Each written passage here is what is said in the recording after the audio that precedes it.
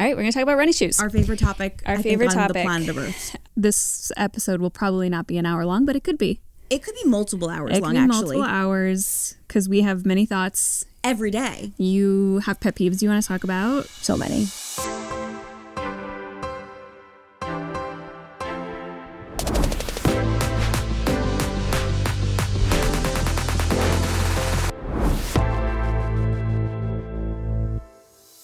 First, I have would you rathers. Okay, my fave. Would you rather run in shoes that are super lightweight but offer no cushioning, or super cushioned but very heavy? I hate both of these options, actually. You have to pick one. I know. Probably lightweight, but not cushioned, because I feel like when I'm wearing heavy shoes, I physically can't move my feet. Like, I'm not getting anywhere. Yeah. Like, once I tried these pair of carbon-plated shoes, which are supposed to be lightweight, and they were not, and I was running in the park, and I was like, why am I such a bad runner today? Like, there's something wrong. And then I got home and I looked up the shoe, and I'm like, this is the heaviest shoe I've ever worn in my life. Yeah. It was like weights on your feet. So I think I would have to go lightweight. Yeah. It depends on the distance, right? Yeah. If you're doing like a quick, easy run, who cares? Right. Got a little extra weight. Yeah.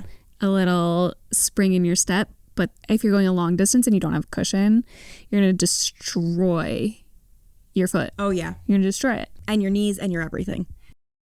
Would you rather have running shoes with maximum energy return, but they squeak loudly with every step? Squeakerson? Or shoes that are silent but feel totally flat? I don't care about some squeaking. I'll have my noise canceling headphones in. Everyone else will suffer, but I'll be fine. I think squeaky shoes. Yeah. Who cares? I don't think I've ever had that. I've never had squeaky shoes, I don't think. Unless they're brand new and you're like... Right. Yeah. But other than that, I don't think I've ever heard like a squeaky running shoe. Now you just jinxed yourself. I'm going to pay extremely close attention, and yeah, I totally did. Yeah, the next new pair you're going to try is going to be like... Oh, Lauren. Would you rather only be able to run in trail shoes on the road or road shoes on the trail? Road shoes on the trail. Yes. I've done it. Who cares? Yeah. It's fine. Is it like the best thing in the world?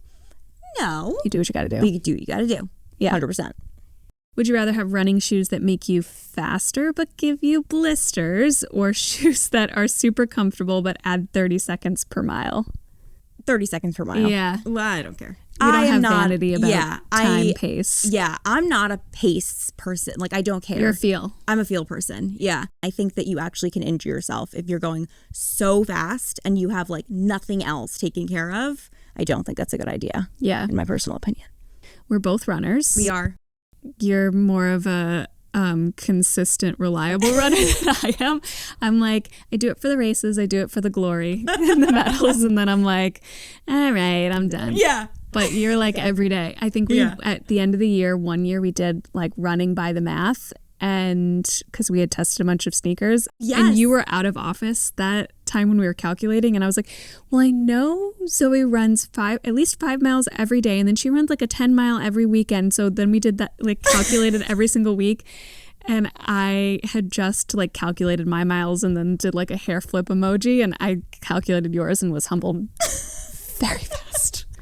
I don't even think about it, which is like, I'm trying to think, like, have I ever thought about that? I don't think so until we started calculating for awards and stuff.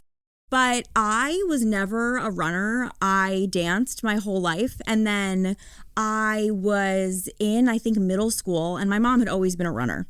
Like, she was the person who was up at 5 o'clock in the morning before the kids woke up running 13 miles. And I always thought it was the coolest thing, but I never did it.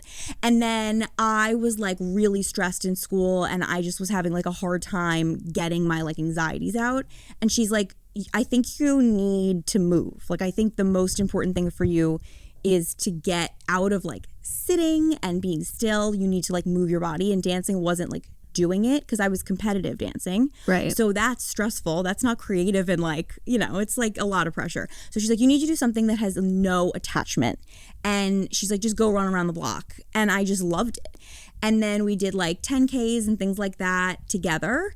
And then as I got older, I was like, I'm going to break your heart, Mom, but I really like running alone because I think it's so peaceful. Like, that's like my me time. I just love like turning my brain off and not thinking about literally anything. And yeah, that's why I love it. And I've always felt that way about it. And I think that's why I'm not a race person anymore, because I know myself and I know the minute I sign up for a race, I will be the most competitive person, not with everyone else, but with myself. Yourself. Yeah. And I don't want to like start doing that to something I love so much. So I try to like leave it alone. And it's hard sometimes because people are like, I want you to run with me.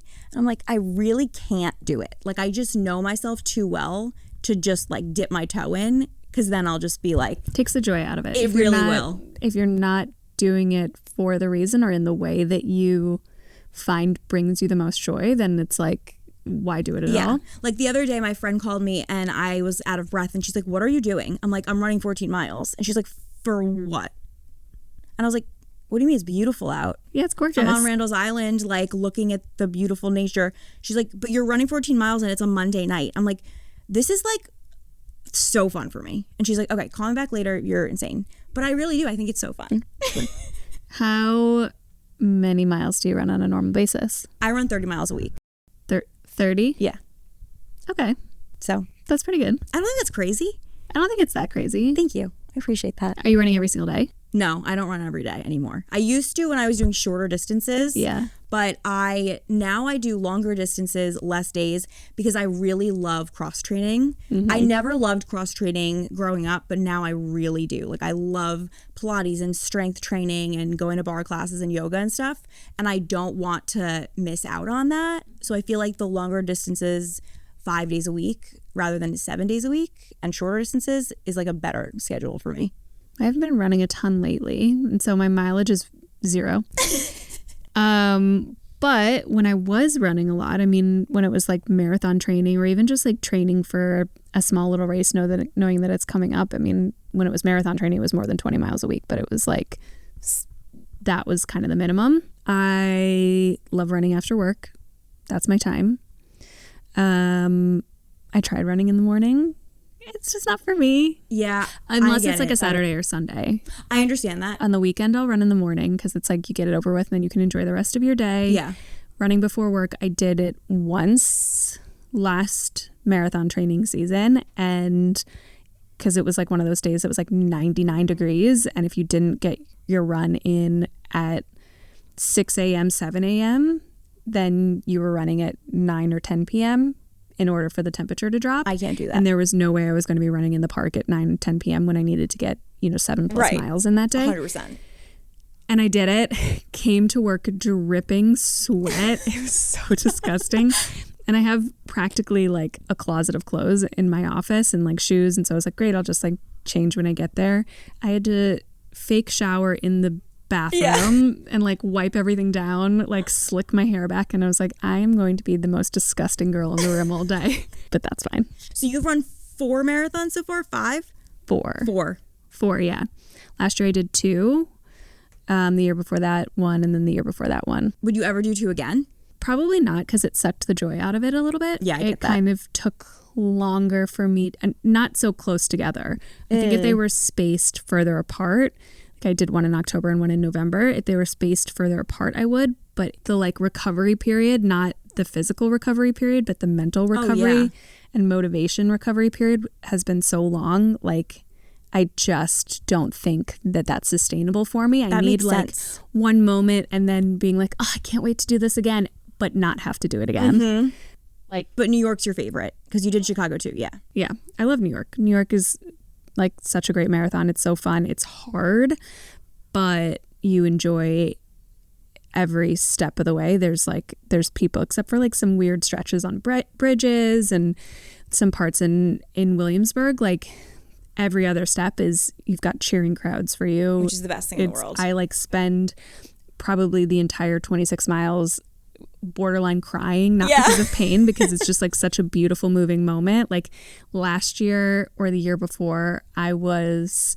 running with a charity that ran in the first wave, and in the first wave there are a lot of athletes with disabilities, and there was a dad pushing his son in a wheelchair, and I was like running next to them, and I was like crying, and I was like, save your salt, like, do not keep crying, this is ridiculous. And so I was like, I gotta pull away. Yeah. I gotta like go off my pace and get away from this dad and his son, because I could not I could not I think it's maintain. one of the best days of the year in New York. Oh, it is. It's beautiful weather normally. It's just like so emotionally moving. Yeah. So when you started running, did you know much about running shoes? Because when I started, I paid no attention. No. Like I think back to what I used to run in and I was like, what were you doing? Yeah. I mean, I had no knowledge. I was just like out there. But now I think about it so much. I don't think that if you would have said to me the words Hoka or Brooks 100%. when I first started running, I would have known what you were talking about. No, and I wouldn't know the difference. So how did you find your first pair? Like what was your journey to getting that first marathon shoe? I did a very scientific approach where I opened up Google and typed in best running shoes, and then the first article that popped up, I clicked on the first product. And I was like, perfect, great. So I'm a Saucony girl, and that was why, because it was the first. It was the first one that I tried, and it was the ones that I went with was the Saucony Endorphins, and I just lucked out that the first shoe that I tried was the one that ended up being like my soulmate shoe. Because every other shoe that I've tried, like I do like them for different instances. Like I love the Brooks. I did a lot of training before Chicago in the Brooks. Wasn't the Brooks Glycerin? I don't remember which one it was, but it was one of the ones that you recommended, and I loved training in them because my knees didn't hurt. I remember you saying that. Yeah, and I loved them to death. But then when I wore them for Chicago Marathon, that's where I lost my 2 big toes, and I just got them back. So congratulations. Thank you. That's actually a huge accomplishment. I know. It's been a full year now. I'm like, now I can go get a pedicure without getting shamed out the door. Oh, yeah. So then I wore my like tried and true Sauconys for New York a couple weeks later, even though I really hadn't been training in them. I was like, I know that these ones are like my not shoe. Not another toenail. And I had no problems. So, but I could have had a sizing issue with the Brooks, which is a common thing. I don't think that enough people pay attention to the sizing of their running shoes. I really don't. You've got insight. Tell us insight. I really don't. Because I think that people, first of all, you have to get fitted. You have to get professionally fitted. I am such an advocate of that. Like, I don't care how much you know about running shoes. You don't understand your foot in the way that a professional fitter does. The anatomy of your foot is so complex and intricate. It's all these little bones. So we went to Fleet Feet in the spring, and they had you just stand on this pad, and they scanned your foot, and it created this 3D model of your foot on their iPad. And I was so confused. It's like a personality quiz. Yes. Ugh. And I was so confused. Tell everything about me. Because I was like, usually when I've done this, I run on a treadmill and they take a video and there was no running involved. And I was like, what is going on here? Like, I don't think this is going to work. But really what they're doing is like measuring your foot volume, and they're measuring your weight distribution. Yeah, they're measuring your pressure distribution, all these crazy little things that I would never in a million years think about. And they were really, it was interesting because I thought I had a more neutral arch. I thought that I would need a more cushioned shoe, but I didn't realize that the volume of your foot, like how thick your foot is, makes a huge difference. And they were saying to me like, oh, do you get marks on the top of your foot from the laces? And I'm like, yeah. And they're like, that shouldn't happen. I'm like, oh, okay. Well, it's happened to me my whole life. So, and they were like, no, your foot is like thicker than average. And so you need a roomier toe box, but not in width necessarily. Not in width, but in height. And I was like, wait, this is the craziest thing. That never even occurred to me. And so all of those little things make such a big difference. And I think, everyone's like, oh, you order half a size up. It's like, yeah, in some shoes, but others you might not have to. And then what if you need a wide toe box, not because you necessarily have a wide foot, but because you keep losing your toenails? And there's all these things that start to come into play that you have to talk to a professional about. So that's like my number one tip. I think that everybody needs to talk to a professional. And then every podiatrist I've ever spoken to in the 6+ years I've been writing about this, they always say you need to shop at night for running shoes because your feet are so swollen. And shop no one night, does that's such that. A good tip. No one does that. I think everyone just goes who shops at night? Yeah, exactly. But you need to go right like before the store closes when your feet are the most swollen. Because if you're running a marathon or a half marathon, your feet are going to be swollen. Yeah. Oh yeah, and not accounting for that was my biggest mistake when I ran my first 10K. I will never forget. That was, I did not think about it. I was like, you know what? it's fine. I've run like a couple miles in these, 4 or 5. Like, what's a little more gonna do? No. It makes a difference, especially because I ran these 10Ks usually in September, early September. So it was pretty hot. Yeah. You got it. Hot for running. Hot for running. Yeah. Yes. And you have to take that into account. That was like a huge mistake that I made. Yeah. Did you make any like big mistakes when you first started? A lot. Most of them were not even running shoe related. Like one of my big things that I didn't know for my first marathon was that, you should really start training in June or July if you've got a November race. I started training in September. It's like not the smartest move I've ever made. And I also didn't understand like fueling, that was a big thing. I was like, you know what? I'll probably like eat a granola bar midway through or something. Or even just like proactive hydration. But in terms of the shoe part, trying shoes that maybe weren't the right fit for me. Yeah, for sure. Even though they also were a half size bigger because I lost my toenails. I say I lost my toenails. I kept them, but they were black and blue. Yeah. And then it had like the other toenail growing. Exactly. It's not necessarily always that your toenail like falls off, not to be graphic, but like in a graceful way. Horrible things can occur. Yeah, like, they were black and blue. Or a whole other level. Yeah. Whole other level. And also, I think for me, one of the biggest mistakes that I made was tying my shoe so insanely tight. So tight. Because I think that's actually comes a little bit from the dancer in you. I think that's true with the point shoes. That's a great point. I love having tight shoes because tight shoes make you able to feel the earth a little bit more, 100%. Able to feel the ground. Yeah. When you're a dancer, you need to feel the ground because you need to like, your shoes are an extension of your body, not something that is assisting you or helping you that should feel like it's protecting you from the earth. And so you tie your shoes tighter so that you can have mobility and able like agility. Yeah. And so like I get that. I totally get it. I never thought about that. Shoes that are super tight for that reason because it's like now I feel like it can move. Yeah. But as a runner, you're stopping so much of blood flow or your feet are swelling and that tight is now inhibiting your ability to actually do what you need to do in order to run. Absolutely. I agree with that. That's just so crazy. Interesting. I never thought about that. Oh, I think about it all the time. Why. Yeah. I love my feet feeling like they're getting like sucked into a straw. Yeah. Yeah. I get that. And I've had so many moments where I've had to stop mid-run and go off and be like, no, this shoe is so tight. Like I have to. And then if you have one shoe that it has a different tightness than the other, I can take a matter of like 4 steps before I'm like, I cannot do this. I'm going to throw these shoes into the ocean unless I can like get them to be the equal amount of tightness. 100%. So when you're testing running shoes, now that you do it for our team, what do you do? Like, what's your process? I'll put the shoe on and then I'll go for a good base, like 5 miles. Unless I hate or love the shoe, if I love it and I'm feeling good, I'll keep going. I'll keep like racking in those miles, collecting those miles.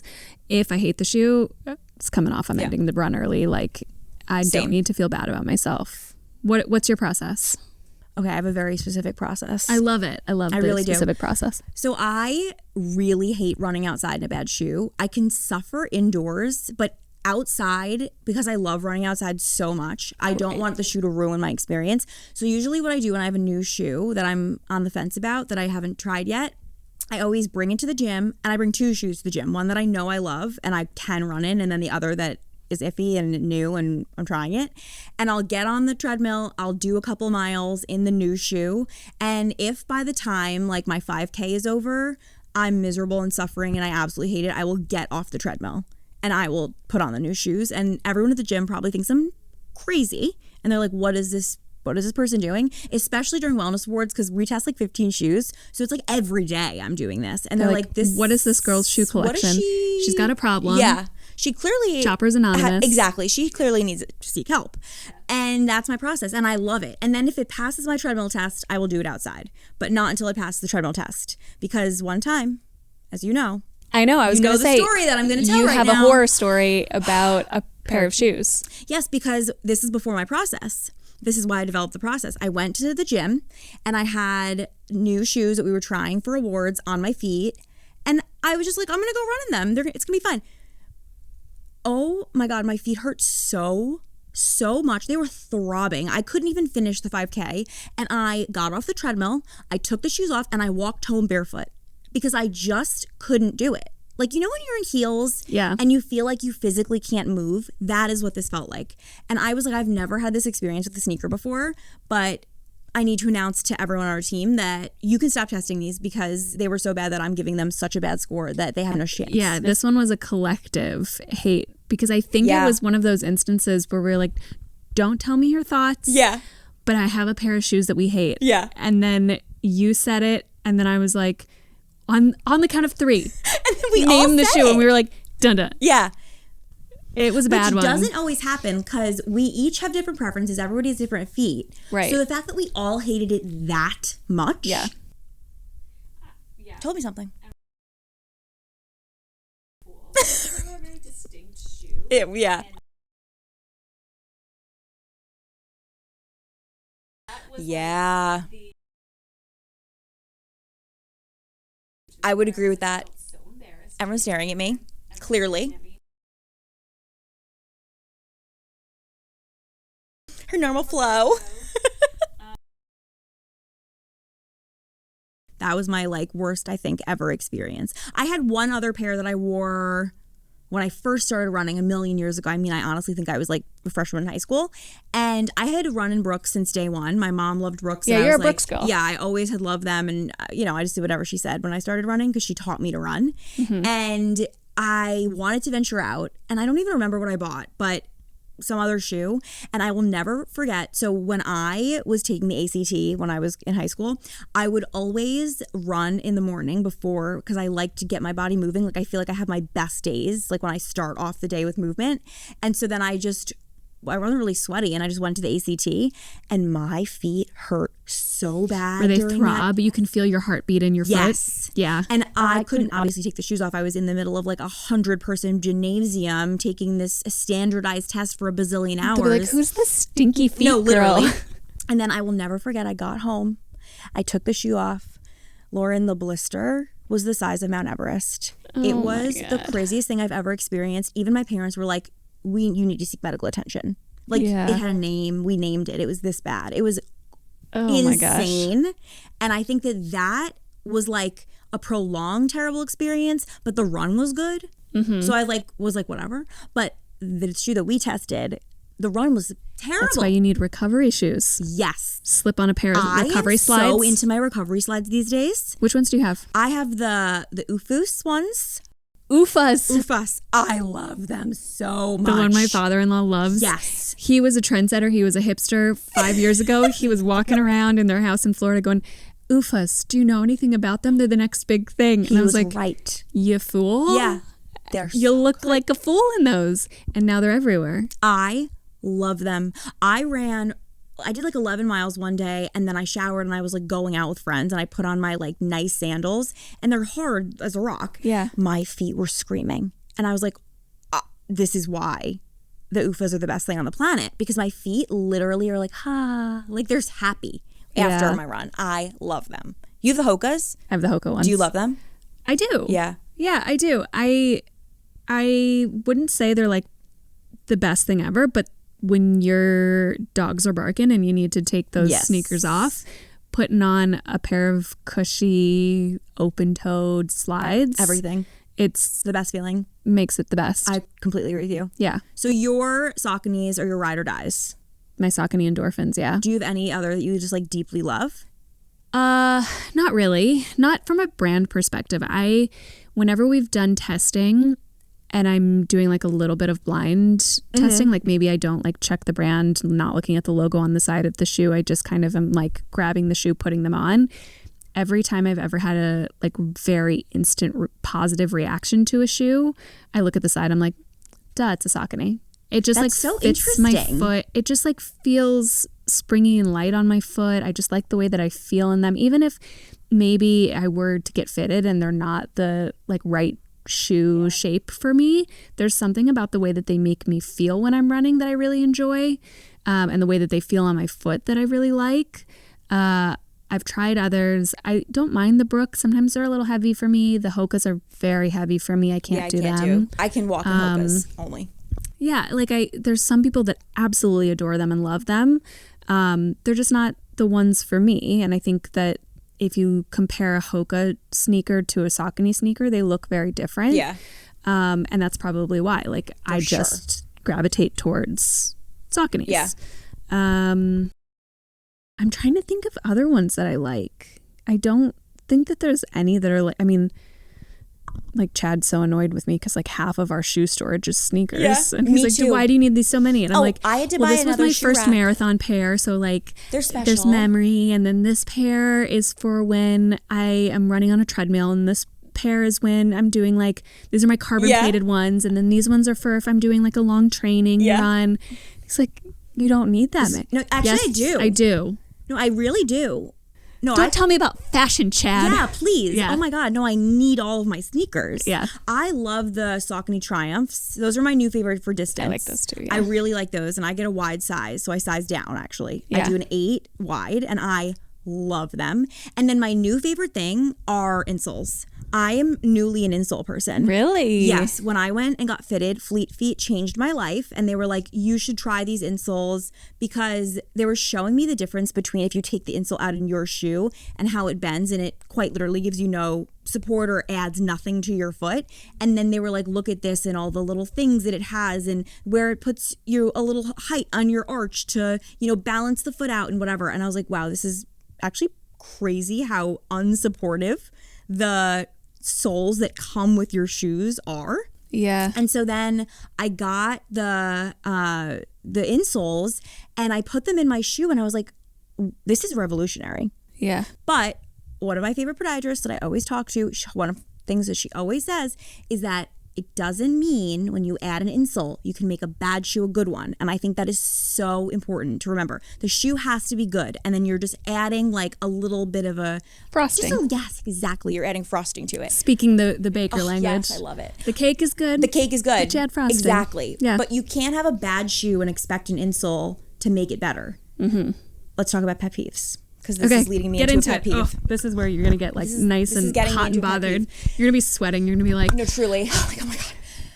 I'm a little annoyed at TikTok, which you know is not like me because I love TikTok more than anything on the planet. Uh-huh.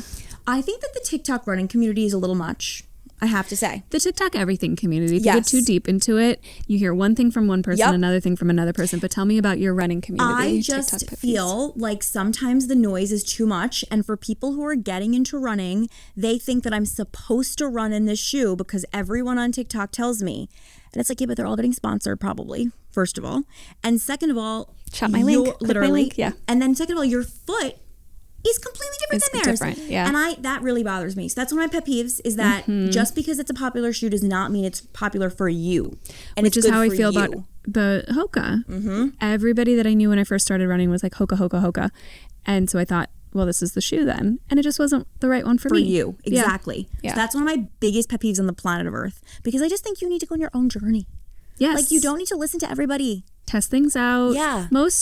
I think at Fleet Feet they do this, but most places when you buy a shoe or try out you can go on a trial run for it. And I think that that's really important. Just like if you're going to buy a car, like you need to go and test drive. Absolutely. Test drive your pair of shoes, make sure that it works for you, and like look up the return policy just in case.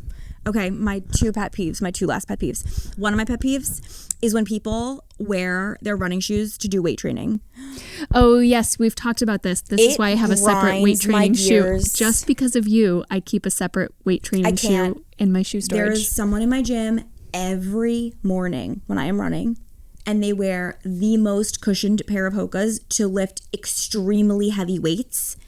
That is so intensely dangerous. Like you could roll your ankle in 5 seconds. Please get a pair of training shoes. That's one of my pet peeves. And then my third And you talk to experts about that. So it's not just like Zoe saying it's dangerous. It's expert proven. It's dangerous. Yeah. I think you had an expert say in one of the pieces that you did, or when we were doing wellness awards testing perhaps, that it's better to do it barefoot or in your socks. Because when you're so high up on that platform and you're lifting such heavy weights and you can't ground your foot, your whole center of gravity is off. It's just terrible. So please, for me, for the experts, don't do it. Don't do it. And then third, and this one really just drives me insane, when people wear carbon plated shoes as lifestyle shoes. Why? Why are you doing that? First of all, those shoes are like $400 and you're walking through Manhattan in them. Yeah. Second of all, there's a carbon plate that you're just walking around with and it's doing nothing. It's literally doing nothing. Right. It makes me like sweat when I see people wear the Nike Zooms, and they're just like walking around. I'm like, I'm not going to say anything to you because I'm a nice person and I'm not going to go harass you about your minding your shoes, business. But I'm judging you in my brain. And I always judge the people in the park on my runs. I'm going to admit it that I do. I look at everyone's shoes and I'm like, that's terrible. You're rolling your ankle. You have no support. You should have gotten rid of those shoes 3 months ago. But the carbon plated, just walking around, please don't do that. Yeah. Please. No. I second all of those pet peeves. I'm so glad. Yeah. I'm so glad we can find this together. I mean, the fact that they're $400 walking shoes is just ridiculous. You can get a great pair of walking shoes for $50. Literally. On Amazon. Literally, like, you can get Skechers. And guess what? They're great. And what's the thing? Don't walk in, you can walk in running shoes, but don't run in walking shoes. Exactly. Yeah. Yeah. Because I think people have to remember about running is your body is just this repetitive stress is on your joints, on your muscles. Every part of your body is working. And when you're in a walking shoe, it's not built to prevent injury. And it's not taking that stress off you. And so, yeah, you can definitely hurt yourself if you're running in a walking shoe, for sure. Great. Thank you for coming to our TED Talk about... I know, right? We could, like I said, we could go for another hour. We really could. This could be... a 17-part series. Exactly. We would be the ones that are the most entertained, but... But thank you so much for listening. Yeah, thank you for listening. Bye. Right, we'll catch you next time. Bye.